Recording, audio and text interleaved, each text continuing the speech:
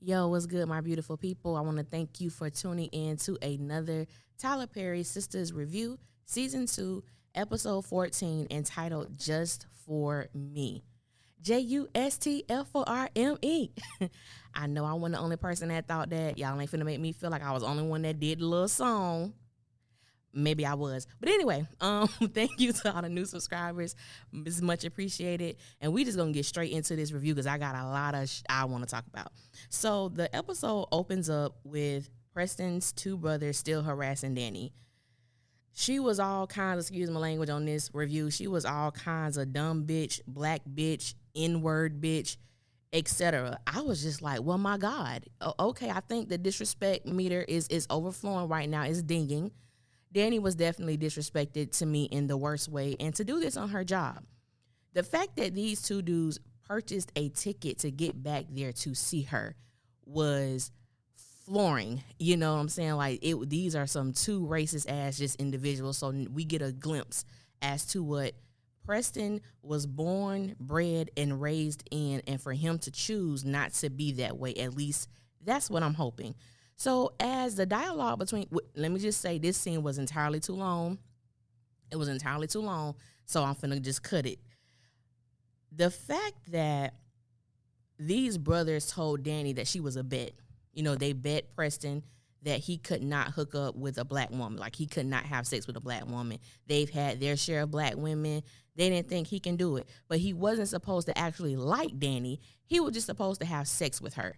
And so the brothers was like, and there will be no more steak dinners. And I was like, that sparked my curiosity, because the only way the brothers would know that is if Preston told them. And from what we know as viewers, Preston's family knows nothing about Danny unless he told his family, you know, what he was doing and, you know, how far they've gone, so on and so forth.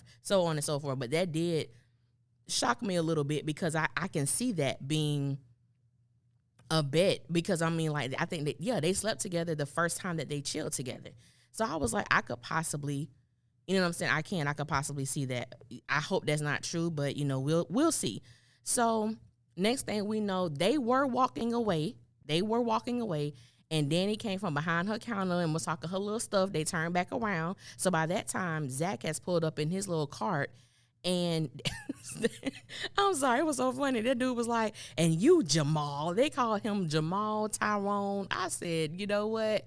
I don't like this, Tyler, but I understand you. And I got a little chuckle out of it. So Danny gets behind the cart. She gets in the cart and she runs them over. She runs both of them over. One, you know, looks like he was, you know, hurt kind of badly, his back. He was going to sue the airport. They were going, we're going to own this. I said, oh, my God. But we find out that Preston comes from money. He comes from wealth. We didn't know that because he's never portrayed that image. So, you know, we'll see. We'll see what's going on, because I know we haven't seen the last of those two hillbillies, as Danny called them.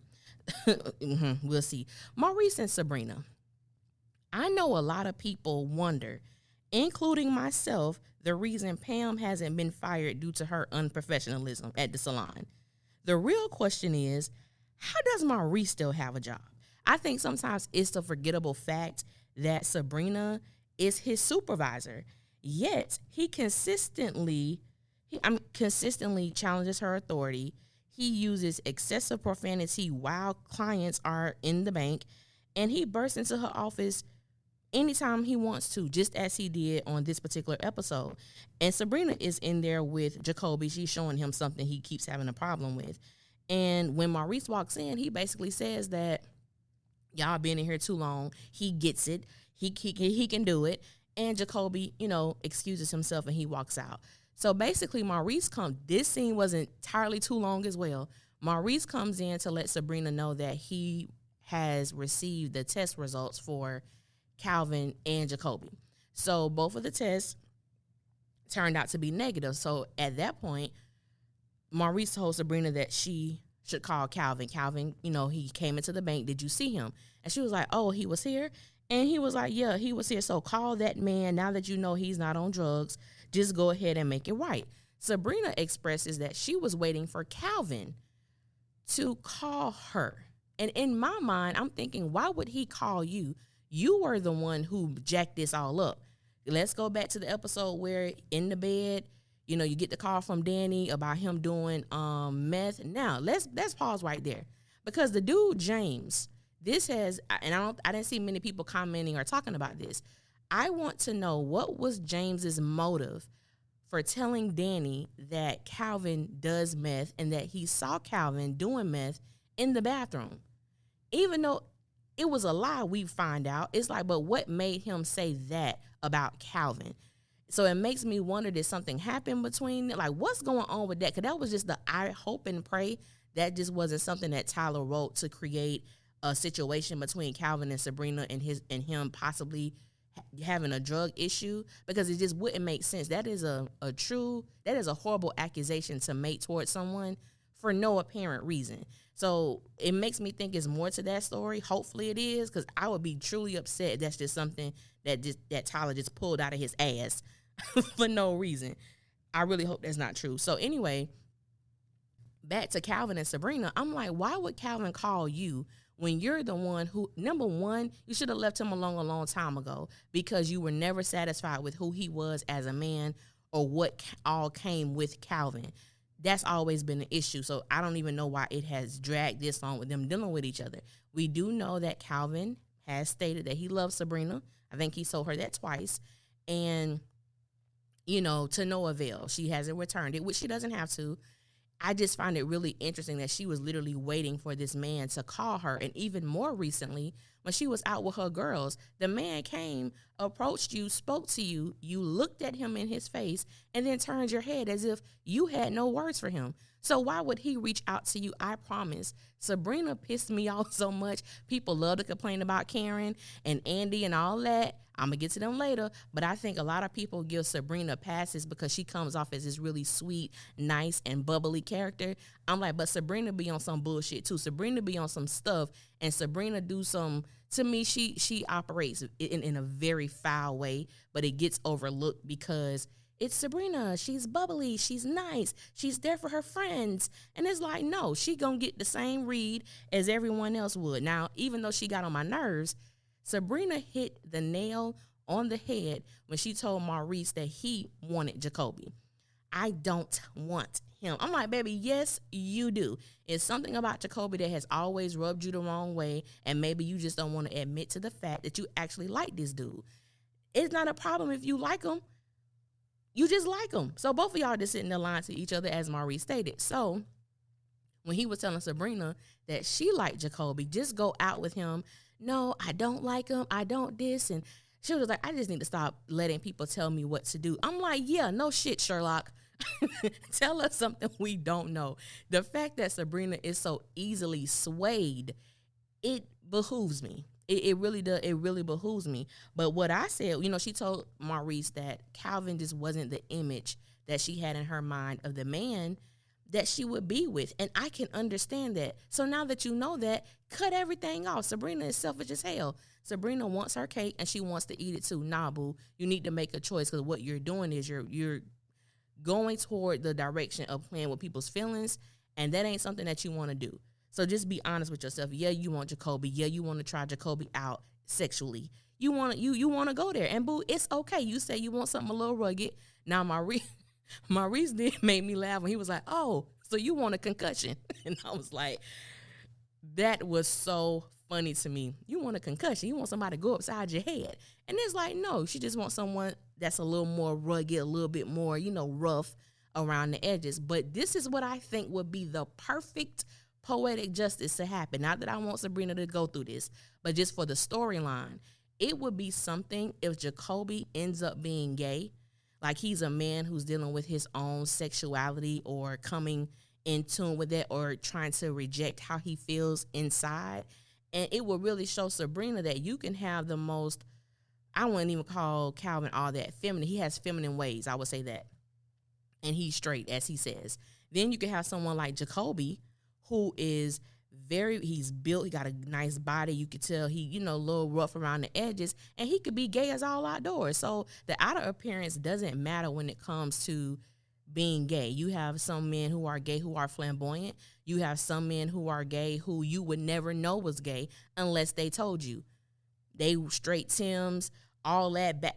That's just that, but they like what they like. So I think that would be the perfect poetic justice if that actually did happen, which is Tyler, so you just never know. And then we transition to Zach and Danny. So come to find out, Zach's grandfather's belongings, Danny got it from the lost and found. So he was very, very happy and joyful that she found it. Nothing was missing from the box. So that was I was happy for him in that moment. Okay, in that moment. And so I could appreciate Danny flat out asking Zach, did you use that girl's card? Zach told Danny that he did not. He also revealed to Danny about the program he was in, which I didn't think, and y'all know I'm not a Zach rider, but I play on the side of fair.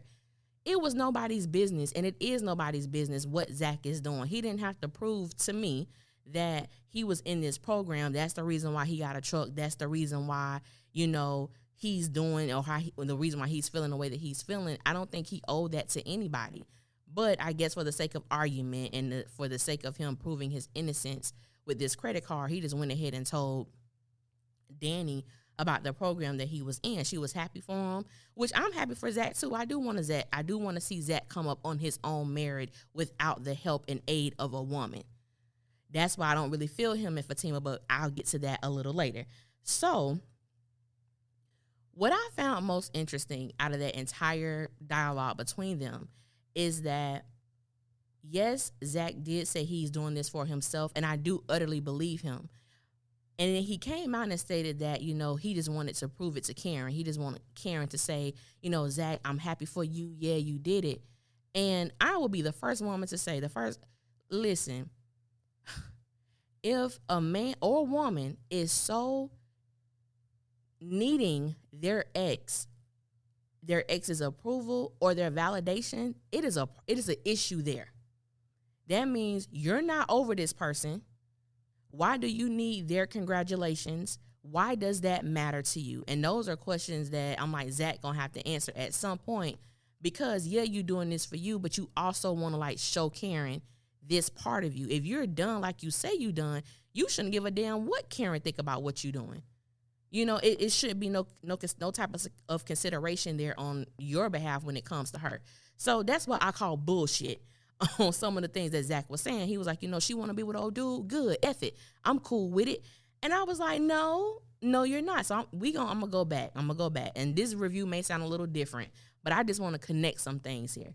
So Zach and Karen have not seen or spoken to each other since episode 4 when he broke into the hotel room. We're on last night was episode 14. So it's been 10 episodes of no type of interaction with them.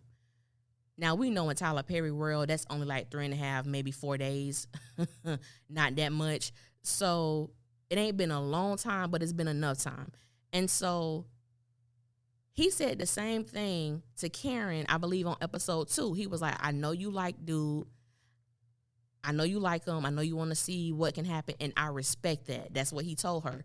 The same day, the dude breaks into the hotel room. So it's like, I have to look. I hear people's words, but your actions tell me what's really going on.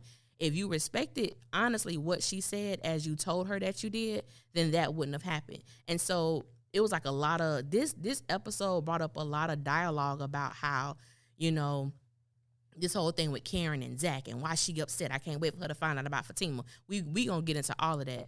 So my thing is, when it comes to Zach, it's like Zach and Karen, there should be no want for her to approve anything that you're doing. And I didn't understand. I'm like, why is Zach mad?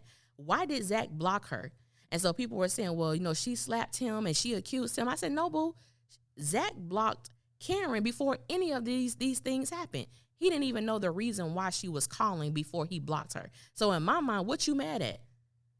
You mad because she's really over you? You're mad because you caught her, in the bed with dude? What are you really mad at when she's already expressed to you where she was when it came to her feelings for him? Now, I know for those that was like, she led him on, she did this.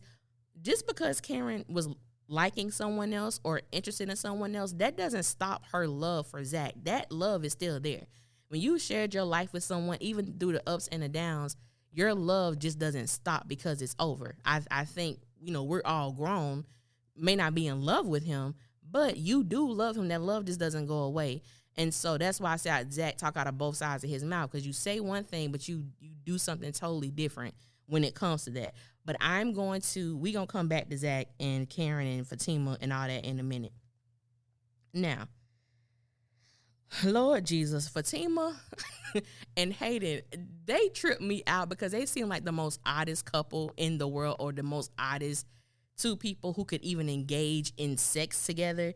But long story short, Hayden is one cocky asshole. Point blank period. He's a cocky asshole. He believes that he is, as the old people say, he's the greatest thing since sliced bread.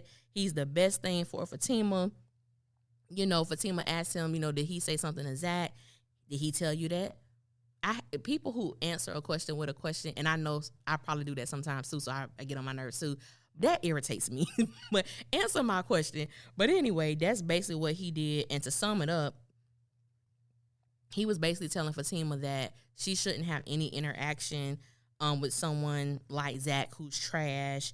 She's better than that. She's better than him. And Fatima basically told him that I could see who I want when I want. He asked her, are you seeing him? She says no, but if I wanted to, I would. I was like, okay, Fatima, I'm going to let you have that, because you're probably not trying to start up, any trouble. Now, I got to say this, and I'm going to just go ahead and say something. Fatima lovers may have a problem with this review, which is fine. It's fine, but we're going to tell it like it is. I see that Fatima has a habit of having sex on the first night, because she told us that her and Hayden, they've gone out one time.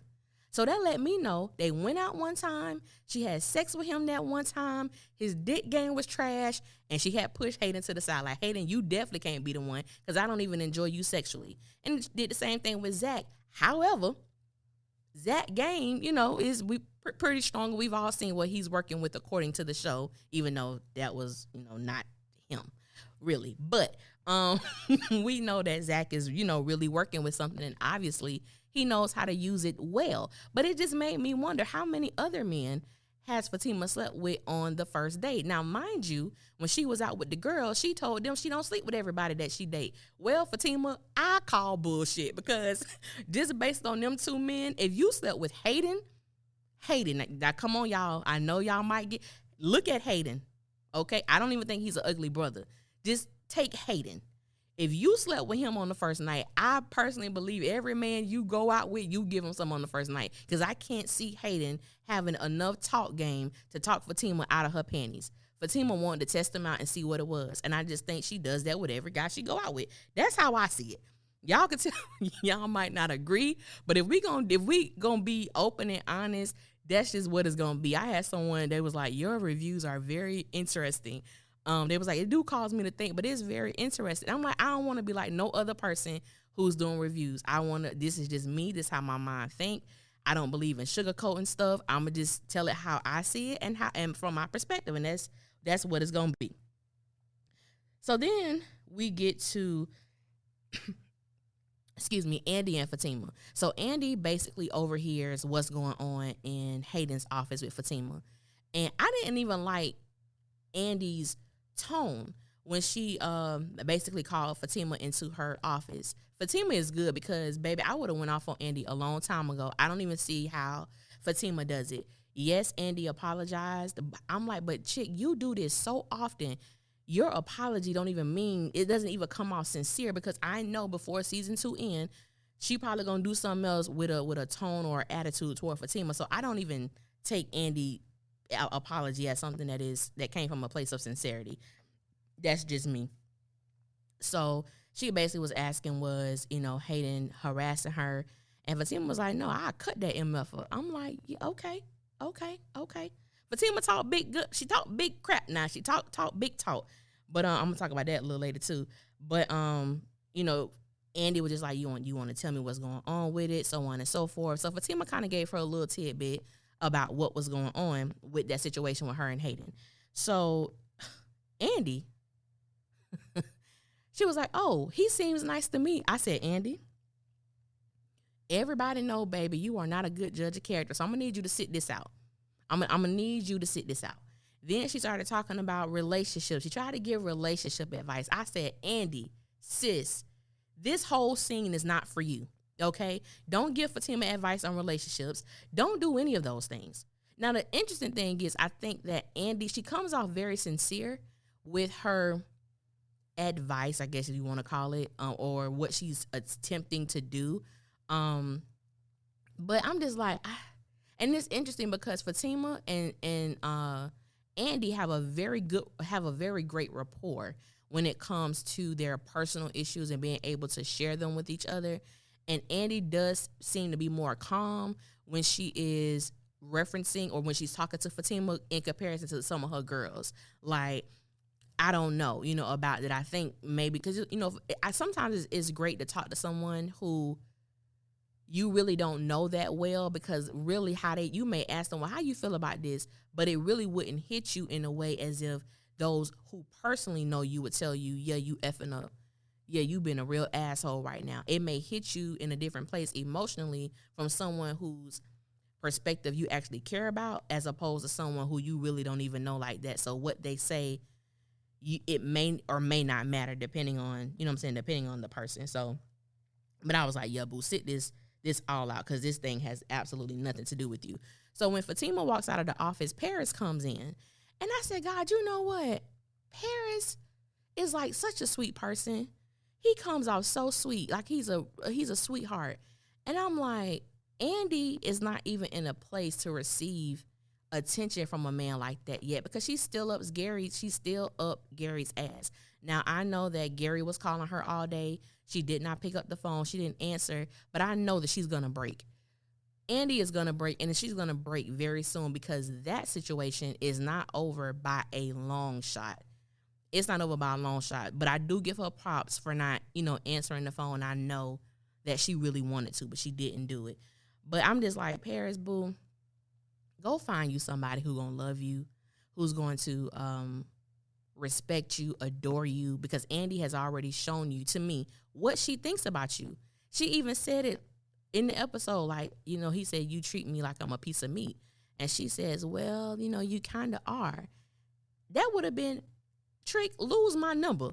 You know what I'm saying? Like, and I'm like, okay, Paris, I'm going to need you to get a clue, bro. I'm going to need you to get a clue.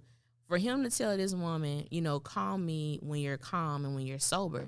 Because true, Andy only calls Paris when she's drunk, when she's horny, or when she's in her feelings about something that Gary did. Other than that, there has been no genuine nothing in that dynamic. I believe that Paris has been, himself. But Andy, on the other hand, I'm like, no, like, Paris, cut your losses, because that ain't what you want.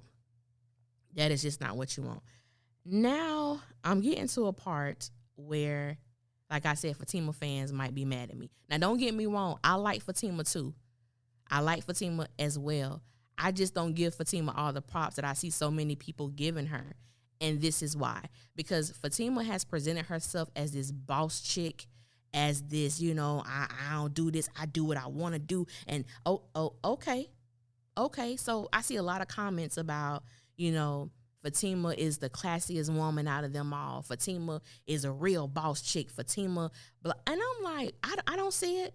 I don't see it. I really don't see it. And let's get into why. So the phone call between Fatima and Zach, goodness gracious. I don't understand.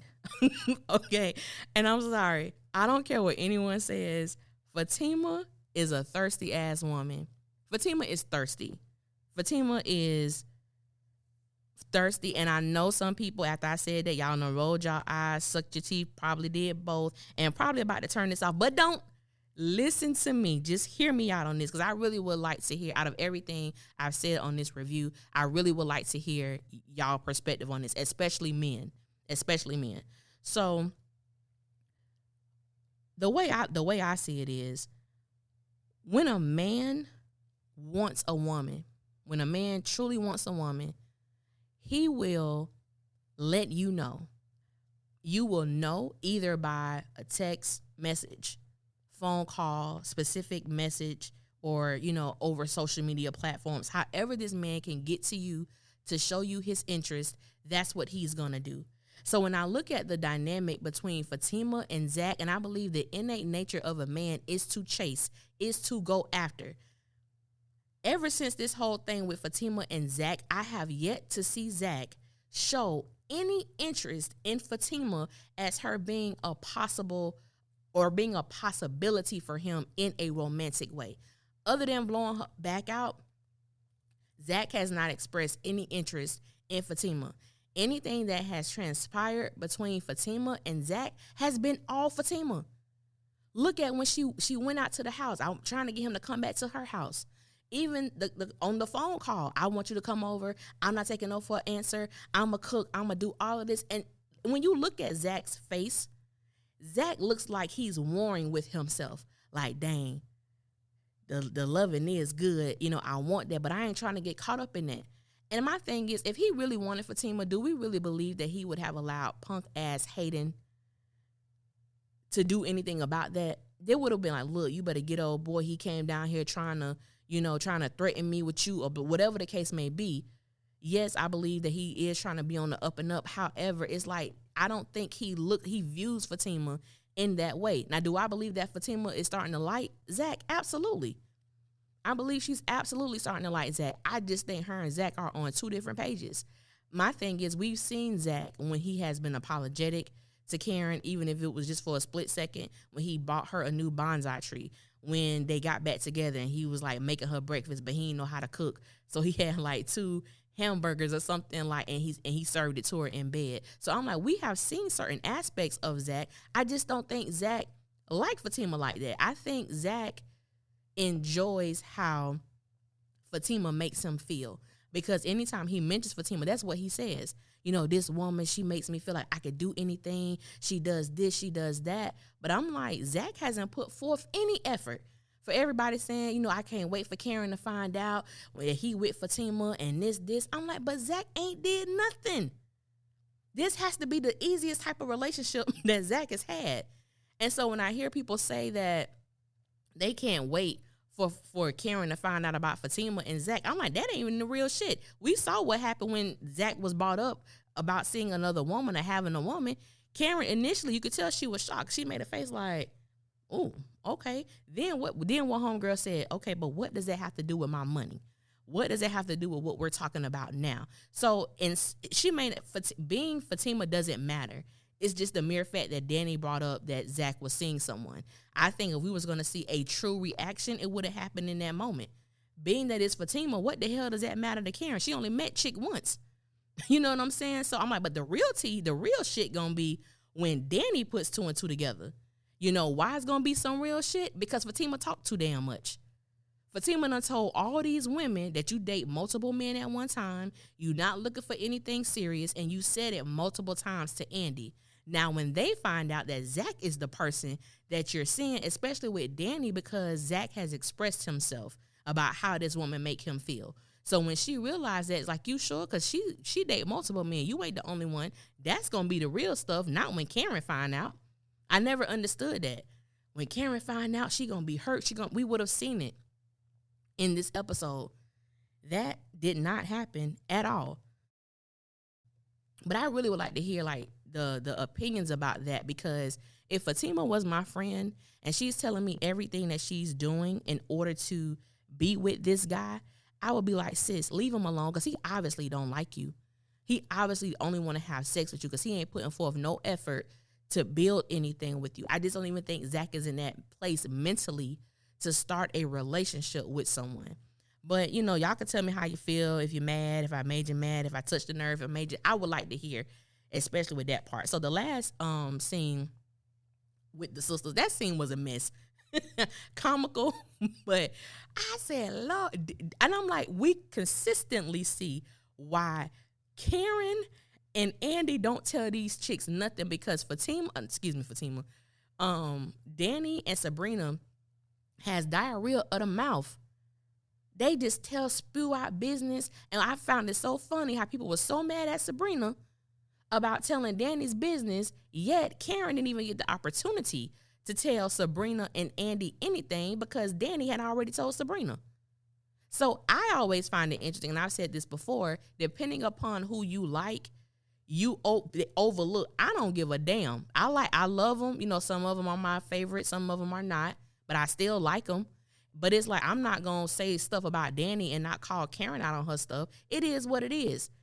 No, yes, Sabrina was wrong about the thing with Preston, but I understood. They sisters, this is what y'all do. Obviously, this is just what y'all do. I felt bad for Danny in the sense of, because Preston has done this to her before. She calls, she texts, he doesn't respond to her. This is, because she said this is not him. No, it is him. He's done it to you several times. So I'm like, just tell the truth. He's done it to you several times. He has been ghosted several times. I do not think that this is him in the sense of, I think that there is something that is making it difficult. Maybe he doesn't have his phone. Maybe his phone is dead. But I'm like, this is typical behavior for Preston. We're not going to act like he don't do this. So also, you know, I kind of felt bad. I don't want to use the word felt bad for Sabrina, but Danny kept calling her asshole. And I'm like, okay. And this is the issue I had with Danny. And I said this in the last review. Danny can dish it out, but Danny can't take it. Danny has no problem. I even think about how she told Karen, that Zach was seeing someone else. There was no compassion in that. The same way she showed no compassion to Zach. When she was like, well, if you're doing this for Karen, you better not, because she done moved on. She got her somebody. It's like, why would you do that? You know, as a friend, you know that is a touchy situation. Why would you do that? But yet you want people to you want them to be soft when it comes to you. You want them to have like have some tact when they tell you about you, but you don't show that to them. So I never understood that about that character, but I feel like it comes from an insecurity that Danny hasn't really explored how she needs to, and it hasn't been dealt with effectively. So that's how I feel about that whole entire scene. You know what I'm saying? With them, we find out that Sabrina knows someone that is a part of the sister company to her bank. So she's going to look it up. She looked it up. They said they would have the footage in a couple days. So we know that's going to be, episode 20, according to this damn timeline of Tyler's. So we probably ain't going to know who took this girl money until the end of the damn season, the season finale. But anyway, they talked about how bland Sabrina food was, the buying the cheap wine. That was like a real sister moment. You know, we rag on each other. I was like, I got a friend used to always want to have stuff at her house, but she bought the cheapest toilet paper in the world. And I'm just like, how you inviting us over to your house and your toilet paper I didn't even know toilet paper like that existed. So we used to get on her all the time, like, no, we're not coming to your house. What we supposed to do when we got to use the bathroom? Might as well use our hand. So it was like, I understood that. I didn't take it as them being like disrespectful or whatever. It was just that that happens when you with your friends. At least with mine, you know, we have a good time and we move on. That's how I looked at it. So Karen found out about the bet that Sabrina, and I'm sorry, I don't know about that tickled me, but Karen found out about the bet that Danny and Sabrina had, that her and Zach was getting back together. No, I don't believe that Zach and Karen are getting back together. I pray Tyler just eradicates that thought, even if it is one for him, because I don't want to see it, and I know many people don't want to see it either.